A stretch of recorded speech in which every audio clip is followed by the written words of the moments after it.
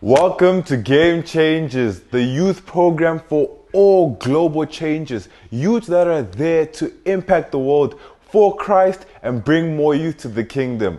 I'm your boy, Joshua Mutandoro, King Fro J Afro Puff Puff, and thank you so much for tuning in today. Today we have a beautiful, amazing, and delightful guest with us today. We have the one and only Pastor Eddie Mahembe, who's going to teach us on planning and goal setting. So you do not want to miss out on that. Then, we know it's exam season. You know, November is the time for us to showcase our abilities and our talents in our papers and in our schoolworks. So we have our fellow pupils who's going to tell us how to study and the effective ways of studying. So stay tuned and don't miss out.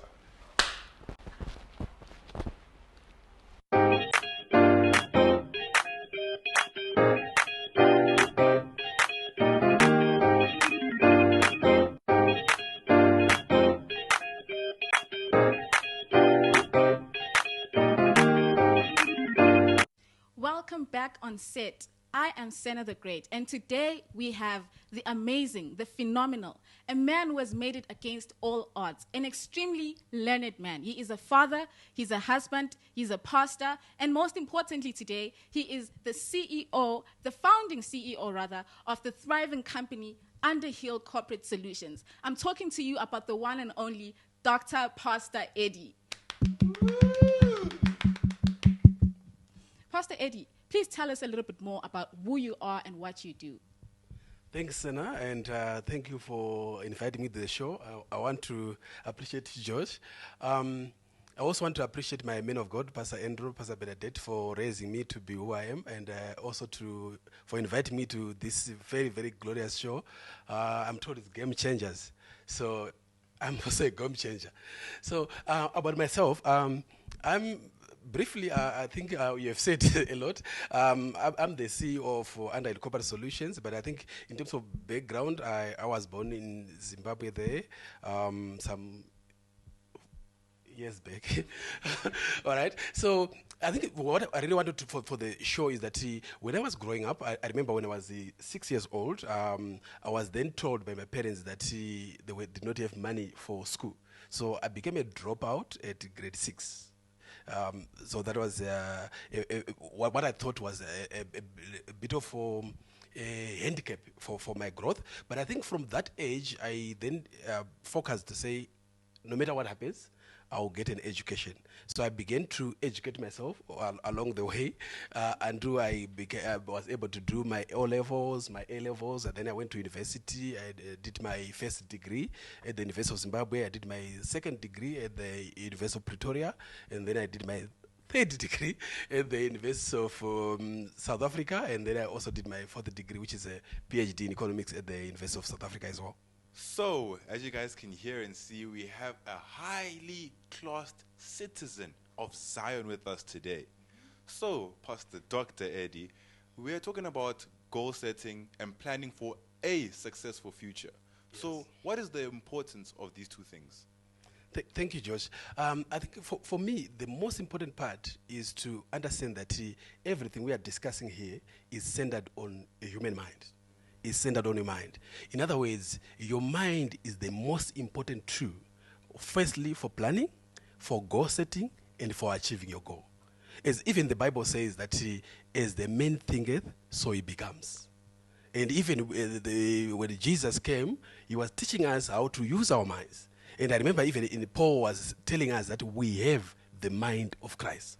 So everything we are going to discuss today, in my opinion, is centered on how do you sharpen your mind, how do you program your mind, and how do you be able to focus and have that goal, and then you have a plan to reach there. So coming back to your point, we say, what is the importance of having a goal, and what is the importance of having a plan? I would summarize to say, without a plan or a failure to plan is actually planning to fail. Because if you don't have a plan, you are definitely going to fail. Number two, if you don't have a goal, what it means is that you are aiming at nothing. So if you aim at nothing, you hit nothing. So having a goal and having a plan to achieve that goal is indispensable. That's where success starts. Oh, wow. Yeah. Oh, wow. Pastor Eddie, what you've just said is phenomenal. If I don't have a plan, I've planned to fail. But Pastor, who then is supposed to plan?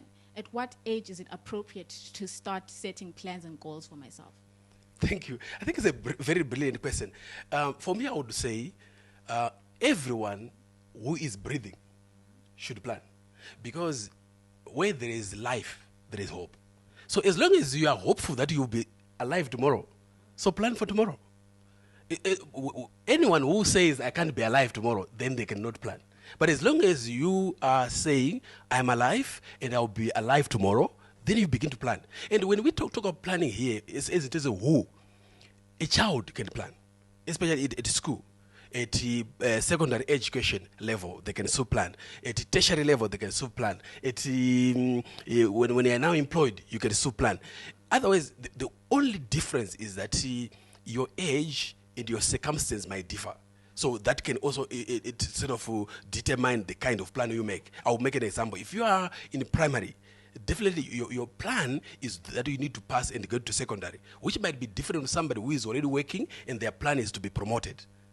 So only what changes is your circumstance. But the principle of planning, the principle of setting a goal, and the principle of making sure that you achieve your goal is constant. Wow, Pastor, you just touched on a very important topic. You said the principle. So, Pastor, I just want to find out, what are the principles? What are the guidelines of setting a goal and a plan for myself? Yes, very brilliant question. There is a well-known principle, and that's what I want to introduce to your viewers today. It's called goal setting using the SMART principle.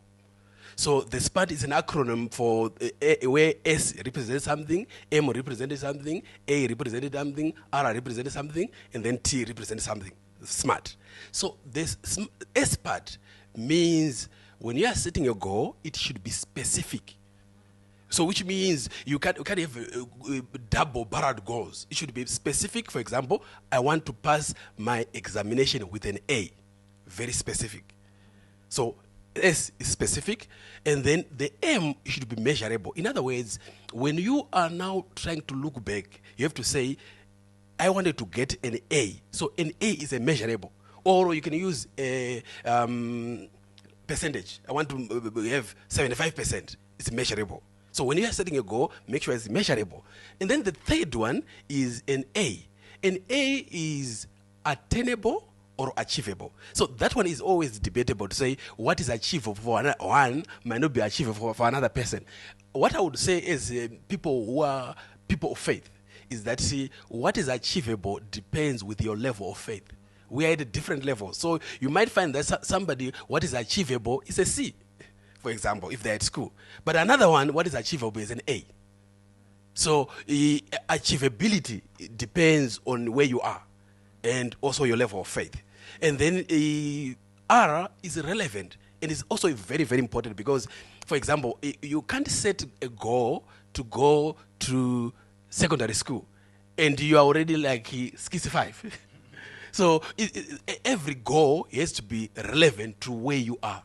So if you're at 65, I would think the goal there would be to make sure that you have enough money for your grandchildren, enough time to play, which might be different from somebody who is coming out of crash. So relevance is also important. And then lastly, time bound. Every goal, every target should be time bound because once you put a target, you're already saying by the end of the year, by the end of 5 years, by the end of 10 years, or even by the end of 50 years. So once you put a time bound, then you begin to work backwards to say, for me to be able to achieve that which I have set in 5 years, for example, this is what I'm going to do in terms of steps. So once you are able to do that, you can see that you have linked the goal and the plan. So you start from the goal, and then you work backwards, mapping a map to say, how am I going there? That map is the plan. And what we are charting to achieve is the goal. So in total, you now have a plan to achieve a goal for success. Pastor, before we move on, can you quickly please differentiate between a goal and a plan? Okay, thank you. I would say a goal is a vision. A goal is that which you want to achieve. That you want to achieve. For example, I think sometimes when we were growing up, we say, when you are growing up, what do you want to be? Say, I want to be a policeman. I want to be a teacher. That's a goal. All right? Then the second one will be, what is the plan? The plan is those actions you are going to do for you to be able to reach there. So in other ways, I can say a plan is as good as like a map. So the map will tell you that you need to turn left, go straight, or go over the bridge to be able to reach where you're going. So the goal is the signpost. And the road to go there is the map, which is the plan. Wow. I hope you guys are listening carefully. Pastor Eddie, let me say Pastor Dr. Eddie, has told us and given us the blueprints to have this successful future through goal setting and planning. If you know the acronym SMART, you can say it with me. S for specific, M for measurable, A for attainable, R for relevant, and T for time bound. Wow. Never forget that. Wow. Never. Wow. We've just been given those blueprints, so never let them depart you. So, Pastor Dr. Eddie, now let's say I've done all these things, and now when it comes to the time where I'm supposed to accomplish my goal, what if I miss the target? What if I don't succeed in getting that goal? Very, very, very important question, Josh. I think it's one of the most important questions I have been asked, because what happens is that when you put your effort into something and then you miss, the majority fall and might not even wake up. They say, no, I'm a failure. So the most important part is that we need to realize that missing a goal is not a failure. Missing a goal means there is an opportunity to learn. Why did it fail?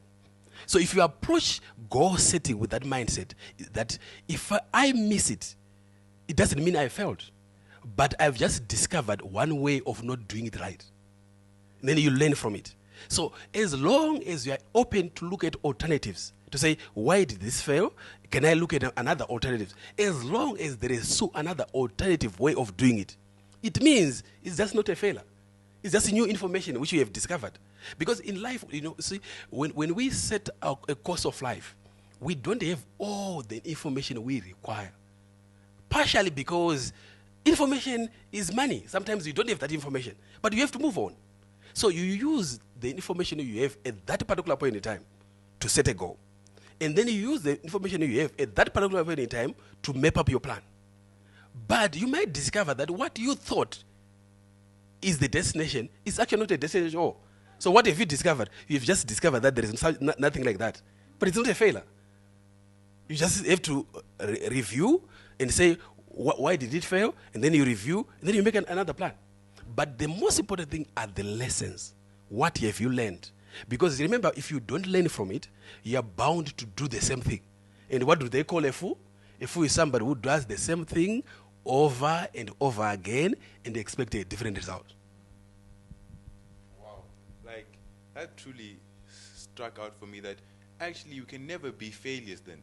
We are just learning new information that, wait, okay, this is not the destination. That means there's another piece of information that I need to obtain that will get me to the destination I want to go to. Like, wow, my mind, the revelations are too much. When it comes to Pastor Dr. Eddie, just know the revelations are going to keep on coming and coming and coming. Yeah. Wow, Pastor. So I've learned. Reevaluate your strategy and re-strategize if you don't meet your plans. Okay, so Pastor, my final question to you is, what role do parents, teachers, mentors, and pastors and supervisors, what role do they play in goal setting and planning for a successful future? Awesome question. Thank you so much for that question, because what life is all about, and Pastor Andrew has taught us in a great detail about it. He has said life is about the relationships. So all the people you have mentioned, parents, teachers, mentors, supervisors at work, these are relations which it's like an ecosystem of relations. So I would speak like this. If you are a child, these are your bonds for ideas. For example, as a child, learn to share your dreams with your parents. Equally well with parents. Allow children to share their dreams with you. They can even tell you something which you might not even ever thought as a parent when you were growing up. Allow them to share their dreams, because once you allow them, what happens is that the mind was created by God to become the pot which cooks ideas. So a home should be a home for ideas. So allow them to bring those ideas. And as a home, don't laugh when your child misses a goal. Because once you do like that, you are like taking away the carpet from them. Next time they will feel like they can't do it. So the home should be a place for encouragement, a place for nurturing. Because once somebody learns that they can make it, indeed they will make it. The same thing when we go to school. And I remember when I was a small boy, when we get to grade 1, one of the questions we were asked then was, what do you want to do when you grow up? And for me is, if a teacher looks at you that way, that when you want to grow up, you want to be a soldier. So that teacher, the main responsibility of that particular teacher is to channel your energy, to channel your skills, to channel your passion, to be able to reach your destination. So a teacher is very important. The same thing with the supervisor. If you get into employment and the supervisor, that's your immediate person. So that supervisor has to mentor you by default to be able to achieve your goals. The same thing with a proper mentor, and it's very important to have mentors in life, because mentors by definition are people who might have walked the same path you want to walk in. For example, if you would want to be a pastor one day, your mentor should definitely be a pastor. And then you listen to what they do, you watch them when they are doing things, and then you are being mentored. And mentorship helps you to be able to see your future through him or her. The one so you see what they do and say, oh, so would I want to do this? If so, then you're in the right direction. And then lastly, I want to mention in terms of this, that all these people are your ecosystem of support. It's an ecosystem of support. You can't make it without support. No one individual can make it. It's not possible. So the most important thing is to say, obviously you can't choose your parents, but you can definitely choose your friends. You can definitely choose the teacher to mentor you. You can definitely choose the company to work for. You can definitely choose who you want to be mentored with. So it's important that you choose those people wisely, especially those with the word, those who are grounded with integrity, and then they'll be able to channel your energy, your passion in the right direction. I think that was too long. Not long at all. Everything is beautiful and impactful. And lastly, you said in the beginning of your statements that the mind is like a pot where we cook up these ideas. Yes. Backstage, you were telling us so many profound statements on the mind and what the mind can truly do and what people of the world are actually looking for. Can you please expand on what you were telling us? Oh, thank you for that reminder.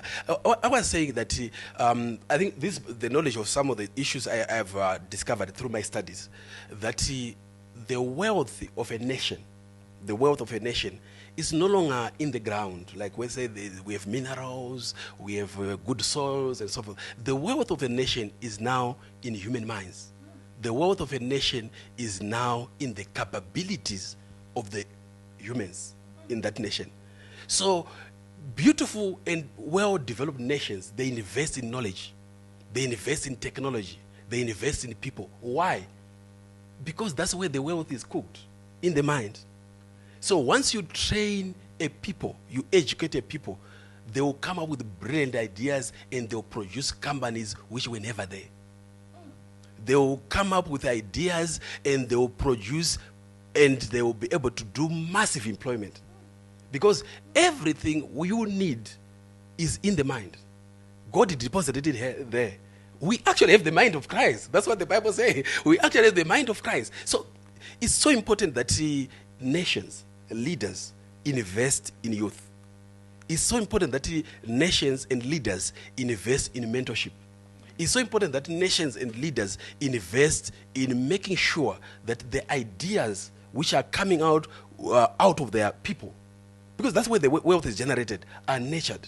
For example, I want to give you an example. If a nation does not take care of small businesses, when they are germinating, coming out, do you know what? That nation will never create employment. Because the creators of employment are entrepreneurs. And what do entrepreneurs do? They come up with ideas. So what we are talking about here, we are talking about having an idea. And then once you have an idea, you concretize it into a goal. And then from that goal, then you plan how to execute so that I will reach that goal. So once that principle is engraved in human beings, especially the youth, and they're able to channel their ideas into proper goals, because remember the Bible says, write the vision down so that those who see it will not forget it and they can run with it. So what we're discussing is that once you have a goal, write it down nicely. Once you write it down nicely, begin to plan, how do I get there? And it can apply in business. It can apply in schools. It can apply even as a parent, everywhere. Once you get into the mode of planning, setting goals, and going after them. That's another very important thing. It's one thing to just plan, but you have to do what? To put your mind into it and begin to walk. And I really need to say that statement. Pastor Andrew taught us something so powerful. He said, the best way to start is to start. I thought it was so simple, but it's so profound, because you can have big dreams, big visions. You can have a very nice plan, but if you don't begin to walk, the journey of 1,000 miles starts with one step. And what did Pastor Andrew say? Let me repeat. The best way to start is to start. Eddie, do you have any closing remarks that you would like to tell the youth, the global youth, any youth that have ideas, or anybody who's just wanting to be a successful youth, a youth that accomplishes all the goals that they set out, or anything towards those lines? What would you like to say?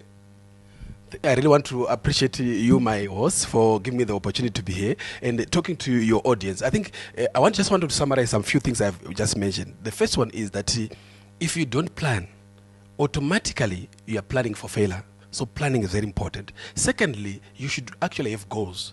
A life without goals, you achieve nothing. So it's important to have goals, and then you go after them. And then lastly, it's important that you build around you an ecosystem of support.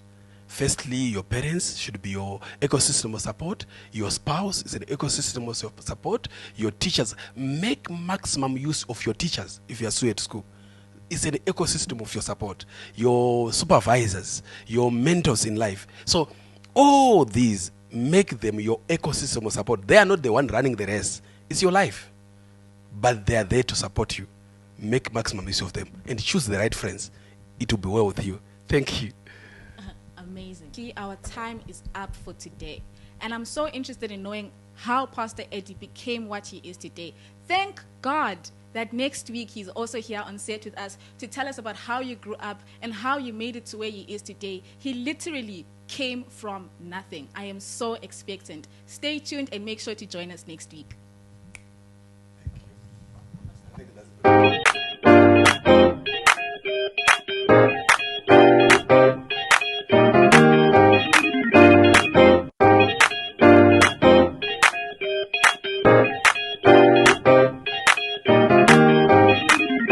Welcome to another episode of Game Changers. It is so wonderful to have you with us today.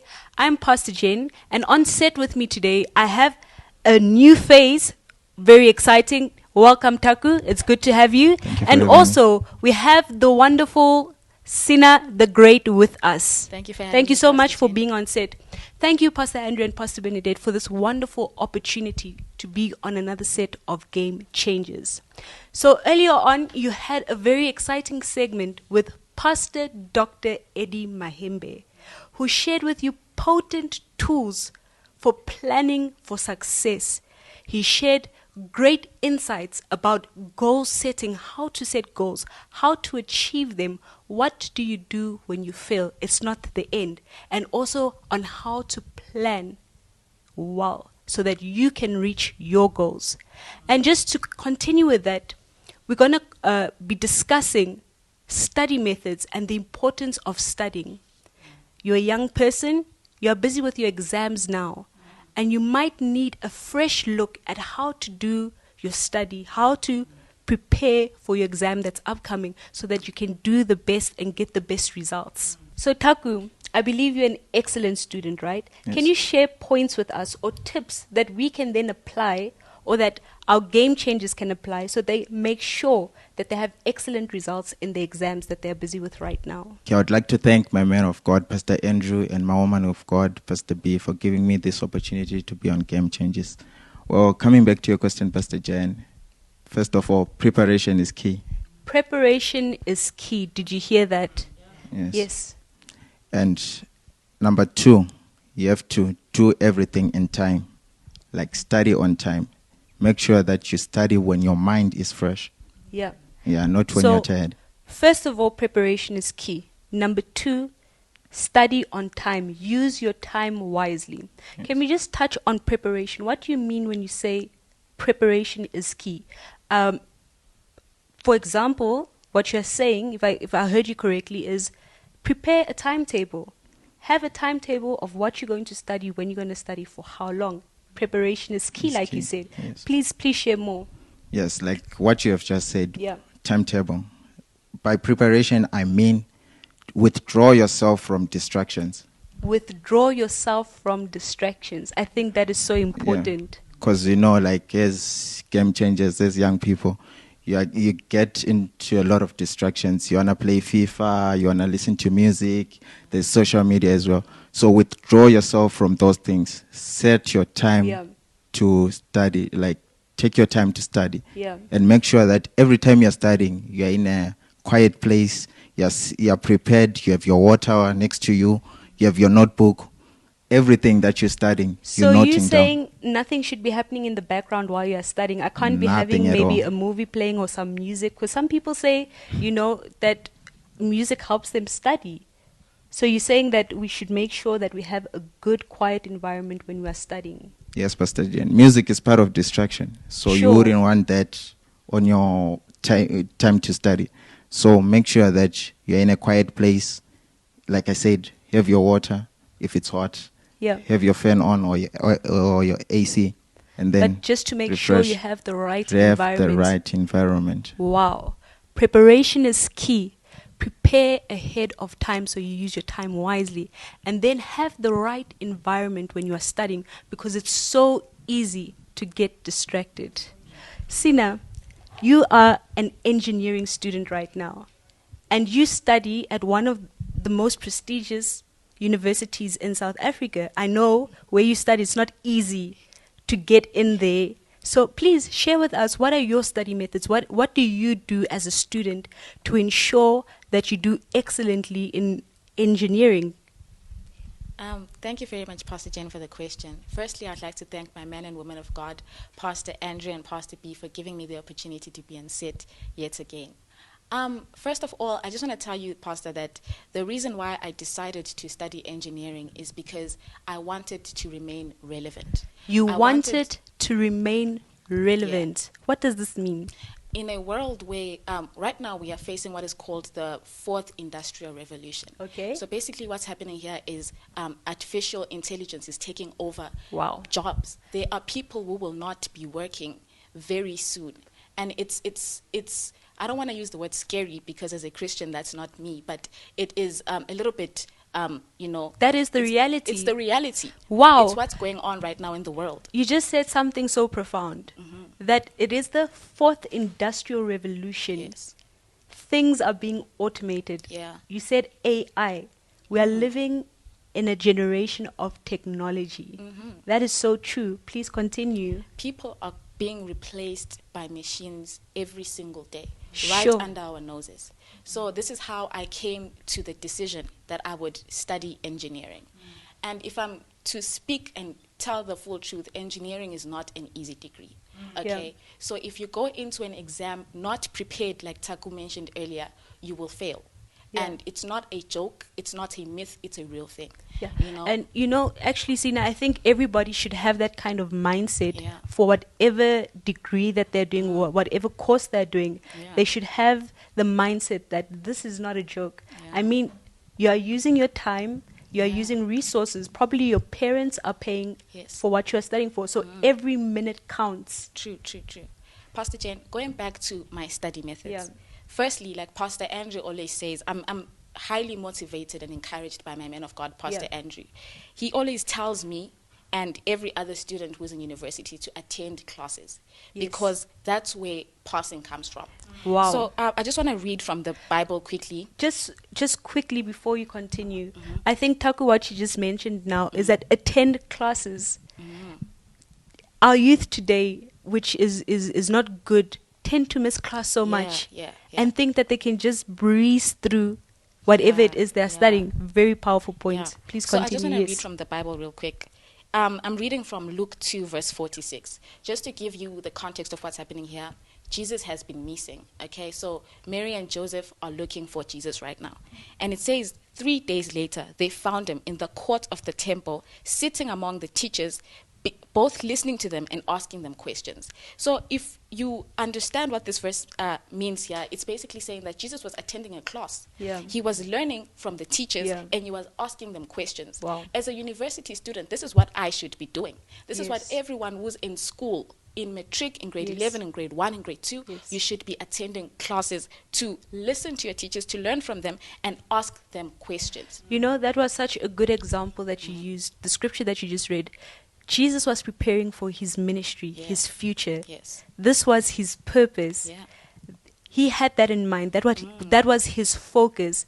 And instead of, because he was young at this time, Yeah. instead of playing around with the other kids, he was in class learning and asking questions. Very true, Pastor. Wow. Yeah. And Pastor Eddie spoke earlier, and he was telling us about the SMART principles. Yes. These are the principles that I personally enjoy taking into my study time. Like Taku said, I must be prepared and I Yeah. must use the correct time. Yeah. The biggest lie university students like telling them, students in general like telling themselves is that, oh my God, I work well under pressure. It's a lie from the pits of hell. It's not true. You don't work well under pressure. Yes. Actually, we tend to produce sloppy work when we are under Guys, pressure. So don't put yourself under pressure. This is an engineering student. Listen to what she's saying.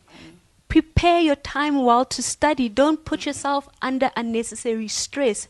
Do what you need to do when you need to do it. Please Yes, Pastor. continue. Okay, and Pastor, the SMART principle says our goals must be specific. Yes. But I also like using that word, the letter S, for a different word. Yes. And it's structure. Structure. Okay, so before you go into your studying time, you should have a structure. Sure. What I mean by that is you are given a syllabus, right? At the beginning of the year, you're given a Yes. syllabus of what you're going to be studying and what the outcomes are. Yeah. So your structure, you should know exactly what you need to have achieved by the end of your studying period. You need to know what you would have achieved before the end of the studying period. Yeah. And this goes hand in hand with planning, This goes as hand Pastor in hand Eddie with taught us planning. earlier. Yes, this is extremely important. Okay? Excellent, So yeah. you must be specific in your structuring. Okay. Mm-hmm. So if you're going to use 3 hours, for an example, I am so specific to even the details of when I should stand up to stretch my legs. Sure. Yeah. So I generally have a timer on me when Yes. I am studying. So I Yes. give myself perhaps 1 hour of just genuine and hard studying. Yeah. And then 10 minutes to stretch my legs and ask myself questions in my head about what I've just started, what I've just studied rather. Pastor Eddie once mentioned in one of his services back when I was in Pretoria, he said, effective studying is when you are able to relax and sit down and ponder on what you've just been learning and ask yourself what it actually means in the real world. Okay, so this is really important because another thing, in my faculty in university, they don't really give us past papers. Yeah. Okay, so they expect for you to understand the content of the work. That's why I sit and I ponder on what I've studied and how it should be applied Yeah. to life situations.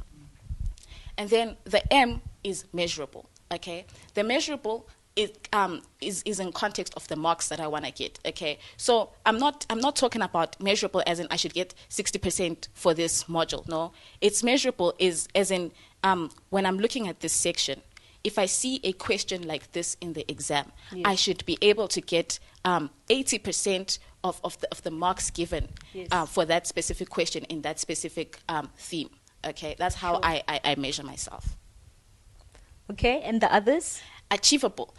Is it achievable? Can I truly get 80% if they ask me this question? Because, Yes. I mean, as a student, you know your capabilities. You know, how strong am I in this? Is it, have I fully understood it, Yeah. rather? So when I look at a certain material, let's say it's maths, for an example, integration, and I realize, okay, no, I've practiced enough, and in my practice, I've been getting a certain mark. So this is what I'm expecting in my exam or Yeah. in my test. Sure. Okay, I cannot expect what I've not been seeing during my time of preparation. You cannot expect what you have not been seeing. Yeah, yeah. Powerful. Okay, are you going to end off with the rest? Pastor, you can ask me the questions. Okay. Taku, Yes.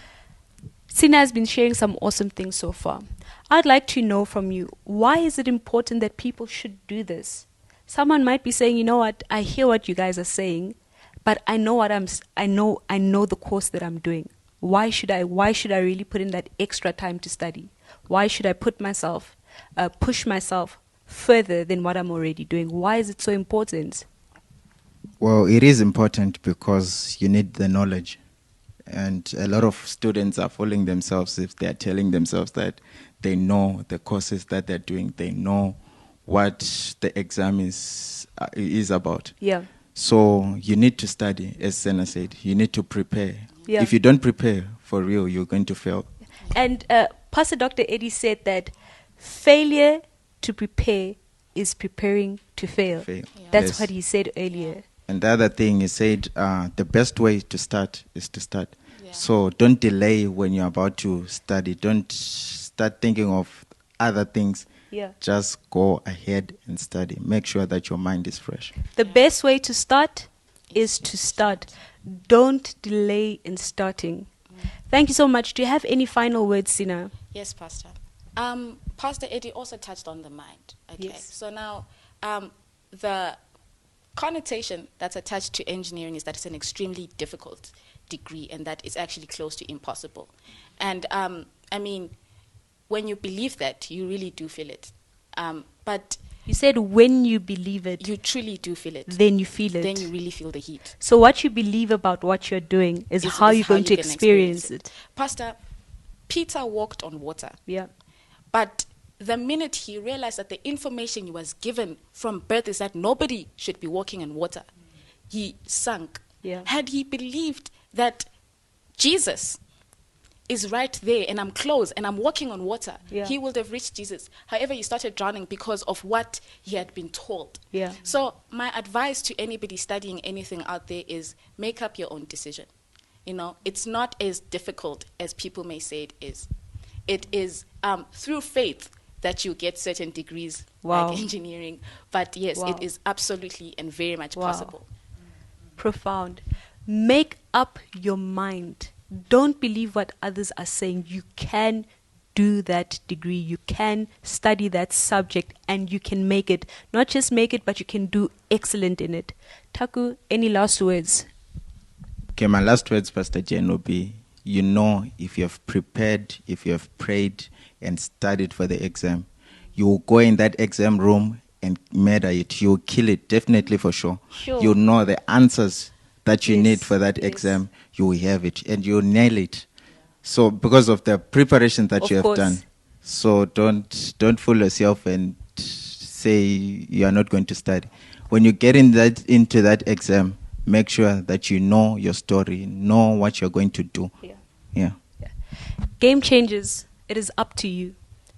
Tools have been put in your hands. The opportunity has been given to you to make a success of your life. Use it wisely. Take the tools that you have been given. Push yourself. Be that shining star that you were born to be and that God has purposed for you to be. There's no the sky is the limit. There's no such thing. You can go beyond the sky. Push yourself. Prepare well. Study well. Now is the time to do your studies. So do excellently. Make yourself proud. Make God proud. Make us proud. You are a game changer. Thank you so much for being on set with us today. See you on the next episode. See ya. Bye. Bye.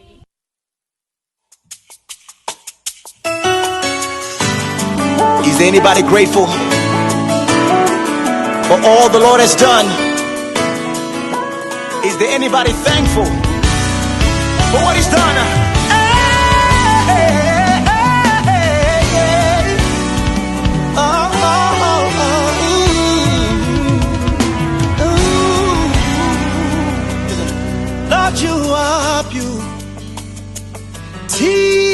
people. Lord, you are wonderful. I've come to say I'm grateful for all that you have done. I'm grateful. Hey. Lord, you are beautiful. Hey. Lord, you are wonderful. I've come to say I'm grateful for all that you have done. I'm grateful. Lord, you are beautiful. Lord, you are right. Lord, you are wonderful. I've come to say I'm grateful. For all that you have done.